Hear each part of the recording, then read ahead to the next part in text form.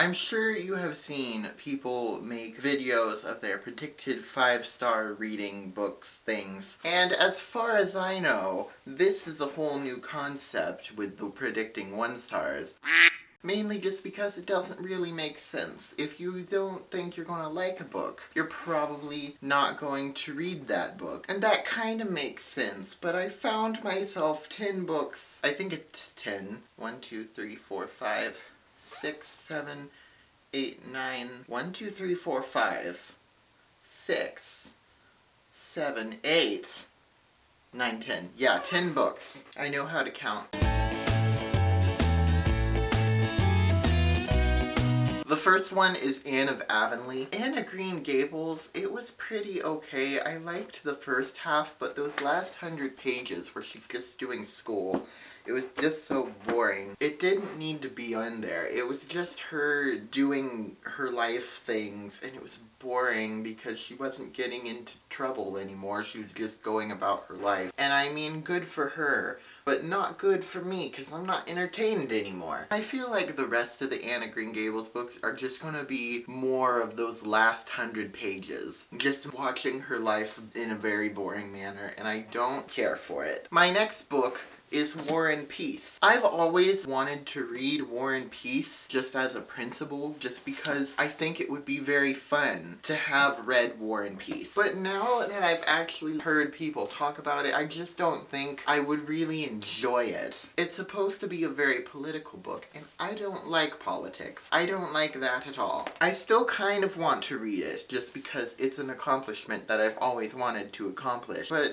now I'm like considering whether or not it would be worth it. I started reading it one time, and another thing that sort of killed it for me was that it's told in 2 different languages. There's like parts where people are saying something, and then in the middle of their sentence they'll change to a different language. And this one, it has it mostly in English with like little notes at the bottom saying what those things are in the other language. But it's just sort of tedious to do that. And I wasn't particularly hating the story, but I think there's a lot of characters and there's a lot of things that I have to keep up with in this giant book, and I just don't know if this would be enjoyable enough for me to actually suffer through all of this. Over 1,000 pages.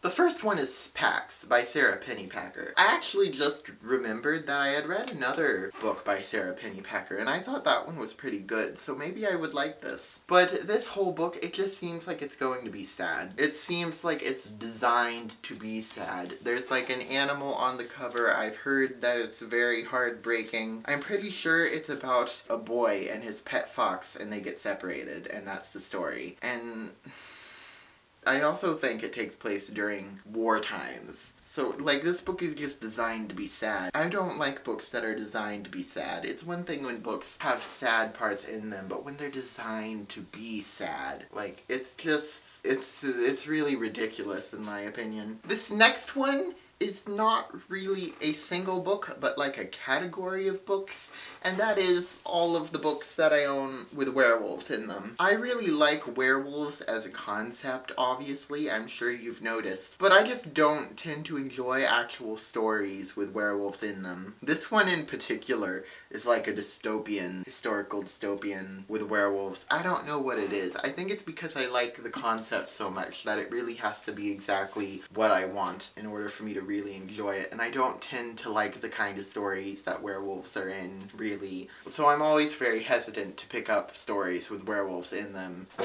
The next book is The Night Circus by Erin Morgenstern. I've heard good things about this. I've heard the writing is completely and utterly beautiful, and I like beautiful writing. But I've also heard that it's also pretty boring, and I've also heard that it's also romance-centered, and I don't like romance-centered books. Rachel Marie just did a review of this book recently, and she said it didn't get very romancy till the end, which gives me some hope for it. And I do like the concept of like this mysterious circus and magicians, and I like those things. Those things paired with beautiful writing are really awesome to me, but like the size of it and the cons, and I don't know, there's just something about it that turns me off it.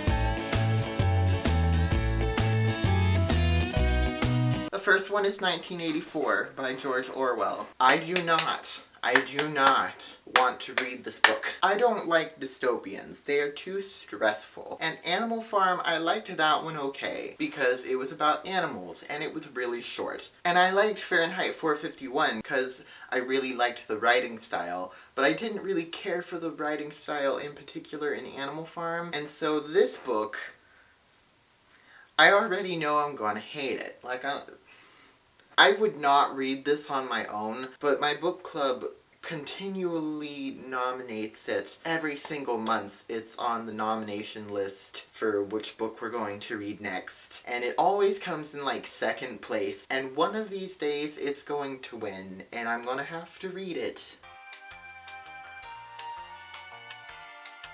The next one is all of Cynthia Cadueta's books. I think that's how you pronounce her name. I was obsessed with this author when I was younger. Like, I read, like, the bulk of her work, like, back to back. I absolutely loved them. This one, in particular, was the first one that I read, and I really, really liked it. The thing is, they have a lot of things in them that I think nowadays I would feel like I was being propagandized, which makes me really sad because I really liked these, and I feel like if I were to reread them, I would probably not like them just because I'm like brainwashed by all the news media into thinking that I'm constantly being propagandized by everything. Yay, I'm brainwashed into thinking that I am constantly being brainwashed.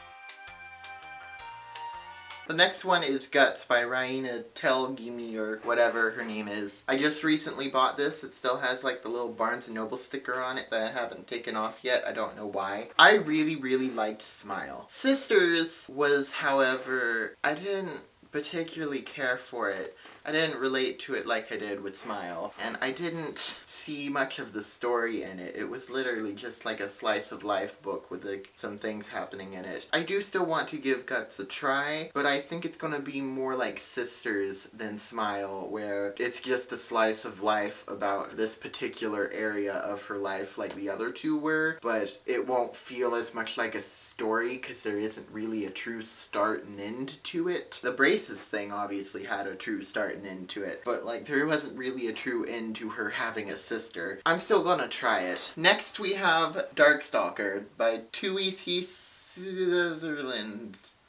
I can't pronounce names, just I don't know why I try. This is one of my good friend's really favorite, absolute favorite book. It is technically a companion to the Wings of Fire series, and I tried the Wings of Fire series, and I was bored out of my mind, and I really did not like it. She told me that this could be read as a standalone, sort of, so I'm going to attempt to do that at some point. I really didn't care for the writing style in the first book, and I don't really have much of an interest in this series as a whole, and I don't think I will enjoy it. I'm probably going to audiobook it. I don't know.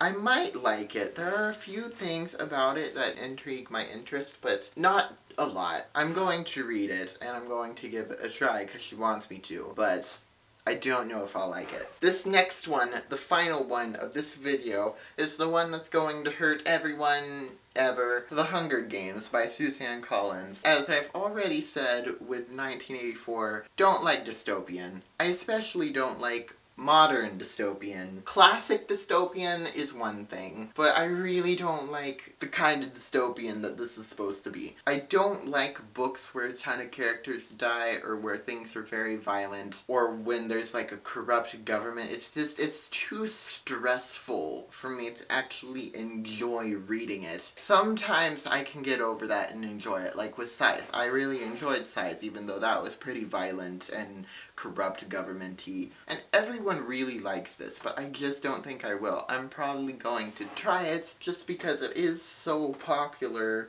and so a part of the culture that I'm probably just gonna have to try it. I read the first page the other day and I got like Maze Runner vibes, and I didn't care for the Maze Runner. That's all I have for today. I hope you enjoyed this video. I hope you liked these books that I don't think I will like. I'm thinking of doing the like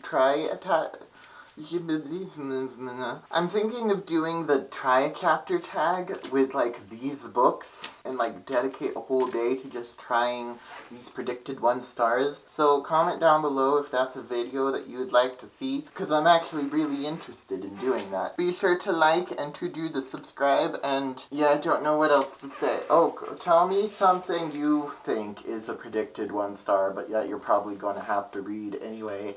I don't like the concept of having to read books, but these are a few that I think I'm at least going to have to try.